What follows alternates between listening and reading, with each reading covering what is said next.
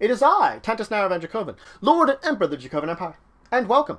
It is time to continue my discussion on anime series, where I review them for you, and then give you some suggestions on how you can use them in your Big Eyes, Small Mouth game, your BESM games. And as I always say, these can apply to some other role-playing game systems if you really want to adapt them. But let's start out with, I have two more suggestions that you, the viewers, gave me. Mar, and of course, Magical Girl Pretty Sammy, which is a spin-off of Tenchi Muyo, which I talked about in a previous episode.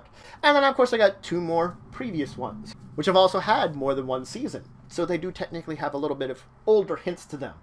But let's dive into those suggestions with, of course, Mar. Mar is both an anime and a manga, and it focuses on Ginta, a junior high student who has a great love of video games and a greater love of fairy tales and other fantasy-type things. He finds himself teleported to this fantasy world of Mar Haven. There he finds he has great physical strength and stamina that he didn't have back on Earth. He meets a witch named Dorothy, who basically introduces him to the world and informs him about these magical tools called arms. Dorothy is trying to steal this special type of arm, and when she finds it, it's not anything she really wanted, and it ends up that Ginta bonds with us instead. So Ginta begins going on a journey, and of course Dorothy comes along with other cast of friends and characters that he meets along the way. His journey starts out with exploring this place, evolves into possibly finding a way home, but along the way he also begins to oppose this group that's a sinister group trying to take over Mar Haven, the Chess Pieces. Now the genres of this one, of course, it's a fantasy. There's mystical power, magic users, it's a strange kind of fairy tale fantasy land. Fantasy, definitely. It's a comedy. There are plenty of really funny moments that go on, little comical things. The characters are very unique and interesting and get into the circumstances themselves. It's also action-adventure. That means it has this mixture of, that proper mixture of those action scenes where you're getting into fights with chess pieces and other dangers, and the adventure side of it where they're going and exploring interesting and new areas. That mixes the two of them usually together. To have that kind of mixture of those two genres into one. Now, I would rate this one, of course, a 4. It is a great series. I read a lot more of the manga than I saw of the anime, confession time. But I liked both of them very much, and I would recommend checking them out. Now, if you're using this in a BESM game, I'd recommend 300 points. You're going to make your characters arms users. Now, whether or not they are natives to Mar Haven, or if you want to make them from Earth, is completely up to you. But they're going to be ending up on some kind of quest and adventure, where more than likely you want them to either oppose the chess pieces or some organizations similar to them. If you have people from Earth, perhaps their goal is to eventually come home. But along the way, they'll meet friends, enemies, possibly get into some misadventures, that they might be that overall plot of dealing with this organization. But it's the adventure of exploring Mar Haven that's going to really fill your characters with excitement. And your version of it. You can use stuff from, of course, the anime/manga all you want, but you can also adapt it in a way that you feel is proper, too. This is an interesting one because it's such a fanciful element. You easily could do that. Now let's talk about Magical Girl Pretty Sammy. The fact is, there are two versions of this that I'm talking about at the same time. The actual Magical Girl Pretty Sammy, an OVA, and the Magical Project S, which was a TV series. Both are basically the same thing, but a different telling of it. One's a short OVA, the other is a longer series. Effectively, we are taking a character from the Tenchi Muyo series, Sasami, and putting her in her own series, her own universe. Some of the other Tenchi Muyo characters do tend to show up as their own versions in this world. But this version, Sasami, is a young Japanese girl who's basically asked by this queen in training, this queen candidate, Tsunami, to become, basically, Magical Girl Pretty Sammy, and defender of justice, and protector of the world. Along the lines, it's important because it has to do with her becoming the queen in this magical kingdom that she comes from. But then she also has to deal with Pixie Misa, basically an evil magical girl that was created by Tsunami's rival, Ramia, and actually turns out to be Sasami's best friend, Misao, who keeps getting hypnotized basically into doing bad things as Pixie Misa. Yes, a very interesting series overall that You, of course, have the short OVA version of it, and then you have the longer version of it, and both work out very well. Now for the genres, of course, it's a comedy. They're both really funny. They both have a lot of funny moments that occur between them, especially because you have things like, the fact is, Pixie Misa does not know she's Masao. Masao doesn't know she's Pixie Misa. And the comedy that results from a lot of effects of that. It's also Magical Girl because of obvious reasons, because she is called Magical Girl in the title. They both really are magical girls. Now, it also has a level of parody.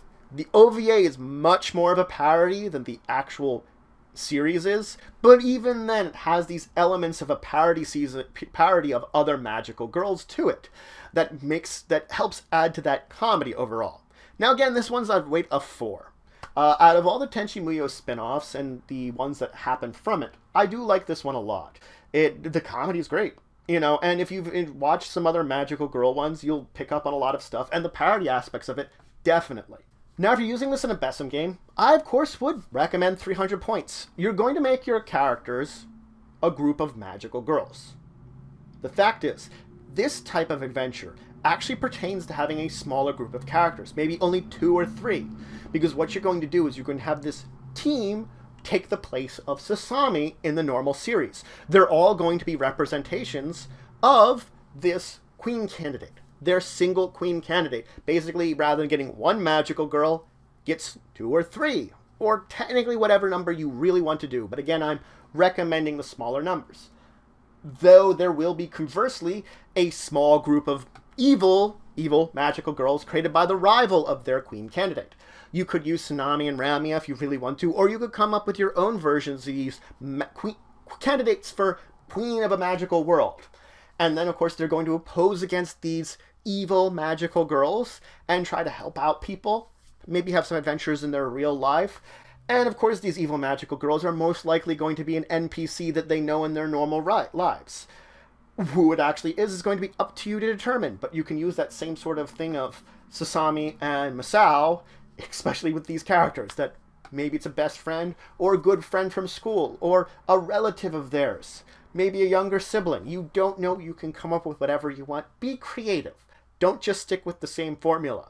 But basically make them that each of them has their own evil magical girl that's technically related to them in some way that then opposes them. Now we're going into some ones that did have some material in 2015 but also stressed back into earlier years. Infinite Stratos and Log Horizon. Let's start with Infinite Stratos though. So Infinite Stratos is set in a sort of near future where powerful exoskeleton technology called Infinite Stratos, or IS for short, are developed by a Japanese inventor.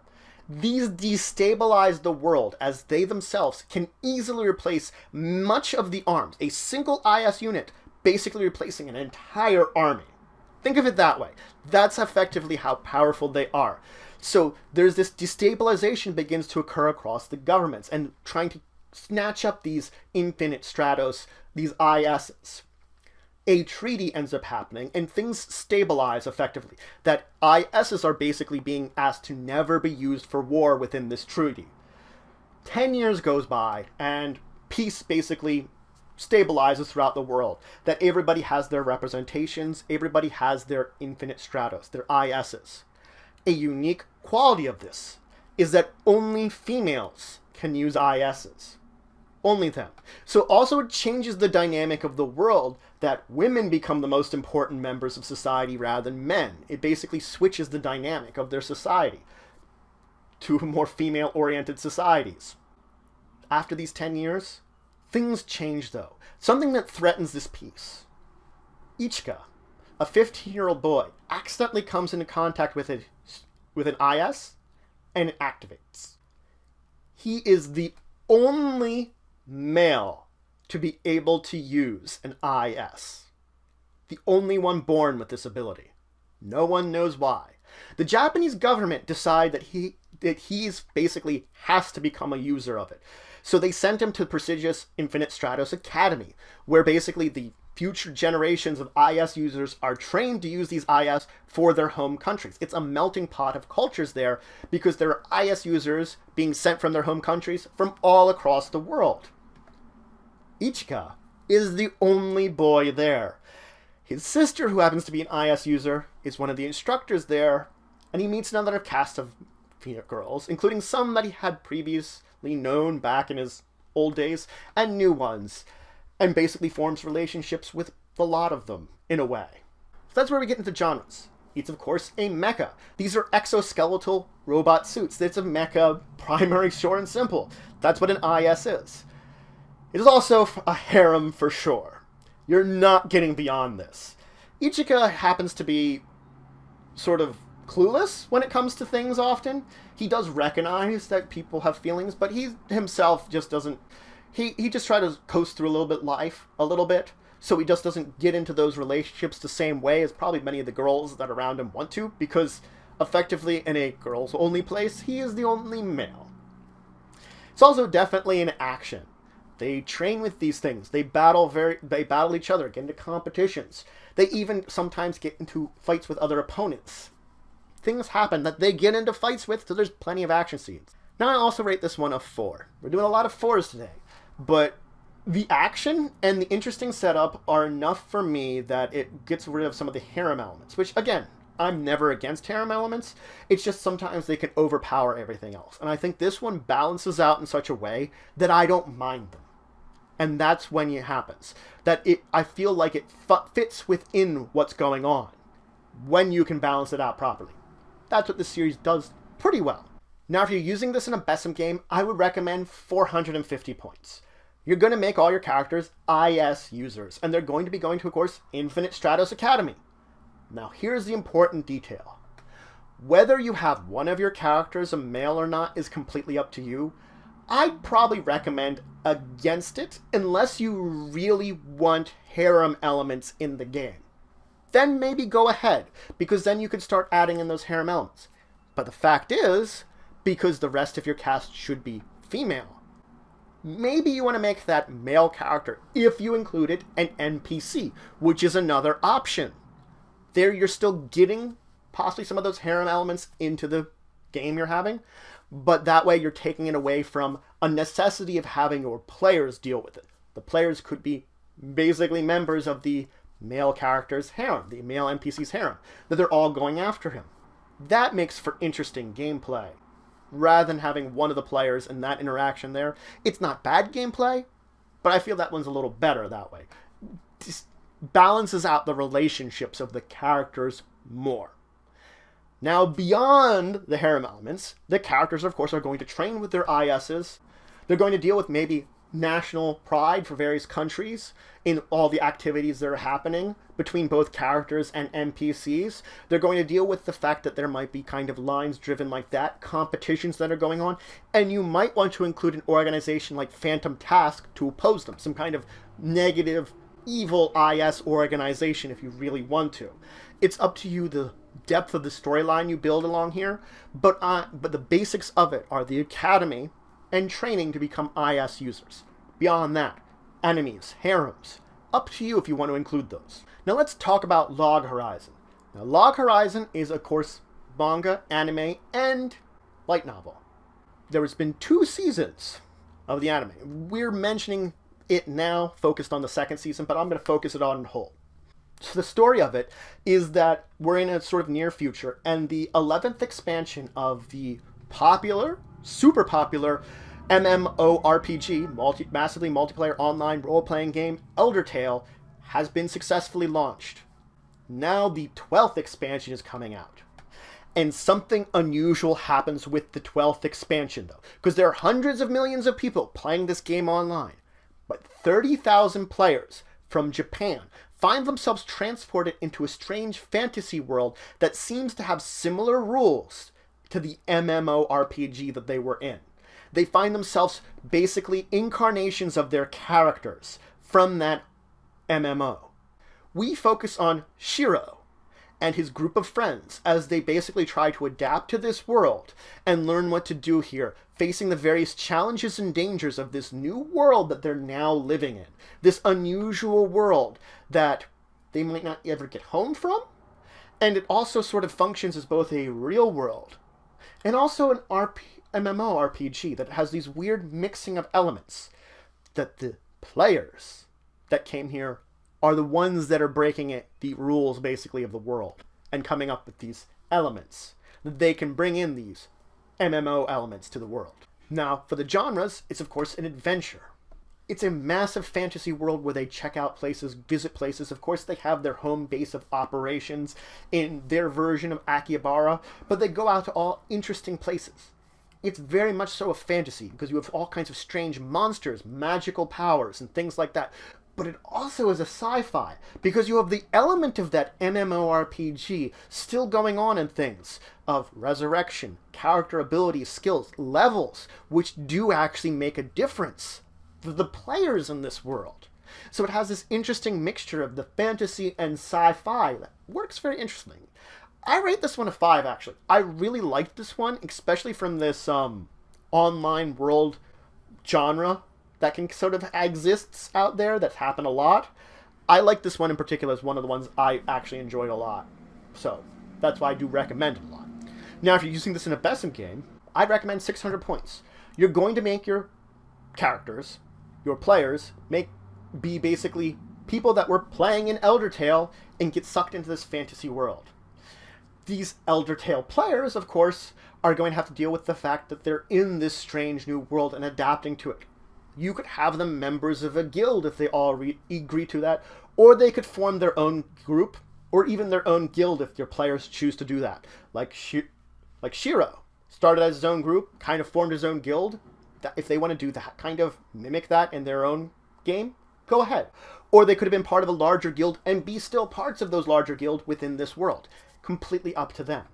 But regardless, they're going to deal with the fact that they have to deal with other players there, the NPCs which live there, the various monsters they might exist, the thought pattern of if they continually die, does that remove all their memories of the old world? The resurrection system, does it make them more adapted to this world and forget the old one?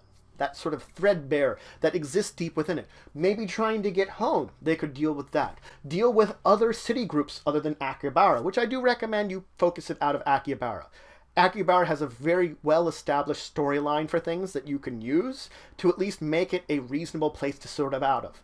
You could use one of the other locations if you really want to, but then you're adapting things on your own completely. Regardless then, they'll deal with all these problems and adapting to this fantasy world to the best of their abilities. And there's a lot of big adventure that can easily be had with this one. But I recommend so many points because your characters should have been basically high-level characters within Elder Tale before coming here. They should be elites in amongst all the players. And that's what their points should be representing, because they should possibly lead other NPC players. But that's it for today. So I introduced you to 4 more anime. I, of course, gave you a small review on them and told you some suggestions on how you can use them in your BESM game. And as I always say, you can easily adapt any of these using the basic setting rules to any other role-playing game system. Really could do any. There's some that are a lot easier to adapt than others. That's for sure. Definitely. But it's up to you to figure out how to adapt it if you want to use it. The setting is there. The setup is there. It's just how you feel like would necessarily work best in whatever world you want to build. And whatever game system you think you want to build best. It'll be completely up to you which one you want to decide on. But definitely, I would check them out. BESM's the one I gave you the best information for. But regardless, if you have any questions, comments, anything you would say, anything you think I left out, please leave in the comments below. Please like, share, and subscribe. It shows support the channel, the Empire, the work I do. If you want to show some extra support, you could always check out my Patreon. Link in the description below. But until the next time, I bid you farewell.